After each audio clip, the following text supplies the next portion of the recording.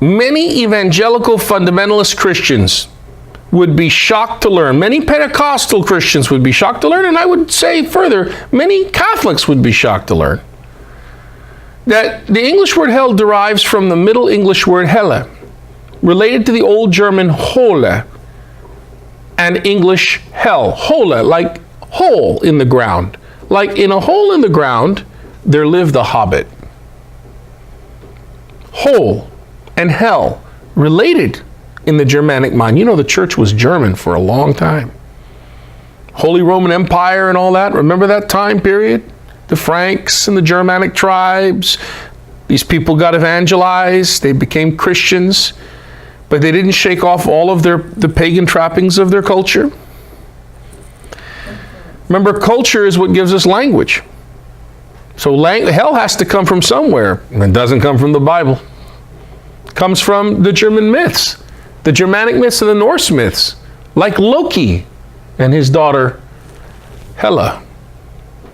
Hell, daughter of the trickster god Loki. In a recent Marvel Comics movie, she's seen as the sister of Loki, but and that was just for plot, I guess. But she's actually his daughter in the Norse myths. That's where it comes from her name, the underworld goddess. Hell is the base of the verb helan, which means to hide, to cover, and conceal, something you do in a hole. Hide, cover, and conceal. In English Bibles, hell is the word most commonly used to translate the Hebrew word Sheol. The Latin and English word Gehenna, from the Hebrew Gehinnom, which we'll cover in a moment, and the Greek word Hades. Insofar as the English word hell reflects the meanings to hide, to cover, and to conceal, it is appropriate for a translation, since in the Bible this place, hell, was located somewhere beneath the earth. Sheol was located somewhere beneath the earth. Gehenna eventually was thought to be located somewhere beneath the earth. Gehenna is a little tricky. We'll get to why in a moment. Hades wasn't just the name of the Greek god Hades, but the place, the abode which he ruled, someplace beneath the earth. Job chapter 14, verse 13. Oh, that you would hide me in Sheol. Shelter me till your wrath is past. Fix a time to remember me. Isaiah chapter 14, verse 9. Below, Sheol is all astir, preparing for your coming, awakening the shades to greet you. All the leaders of the earth, making all the kings of the nations rise from their thrones. Matthew chapter 11, verse 23. And as for you, Capernaum, will you be exalted to sky vault? Honored? You will go down shamefully to Hades. For if the mighty deeds done in your midst had been done in Sodom, it would have remained until this day. The city. But what about hellfires?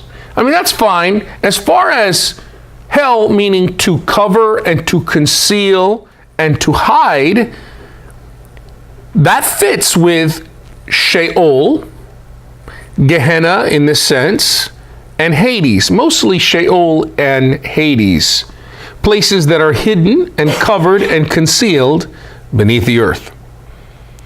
And in a way, it also gels well with the shamanic roots of the cosmic tree. But hell, in our imagination, seems to evoke imagery that is, hell is more than just concealing and hiding. What about the hellfires?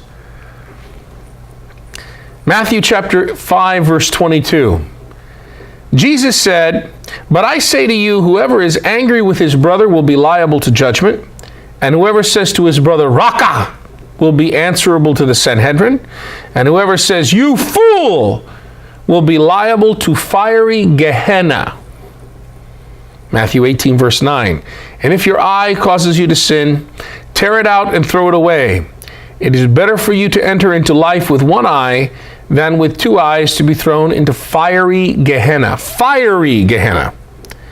Luke chapter 16, verses 22 to 24. The rich man also died and was buried, and from Hades, where he was in torment, he raised his eyes and saw Abraham far off and Lazarus at his side. And he cried out, Father Abraham, have pity on me. Send Lazarus to dip the tip of his finger in water and cool my tongue, for I am suffering torment in these flames.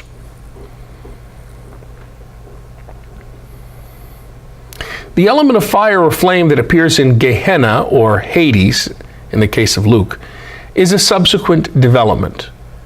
First, the idea was the dead go to a place that's covered, that's concealed, that is hidden. Later, some of those dead appear to suffer in a fiery existence. These are signs of an evolution in thought. Do you see that? All cultures have this idea, this shamanic idea, that the universe is like a tree.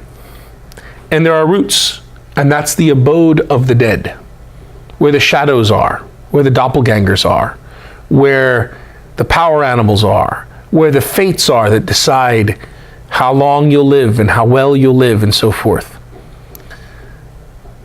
The dead, the place of the dead. But the idea of evil dead being punished and a proper punishment for those dead, that developed later. This development was neither systematic nor clearly demarcated, however. In general, the Hebrew and Greek terms identify the abode of the dead. The Hebrew word Sheol and the Greek Hades.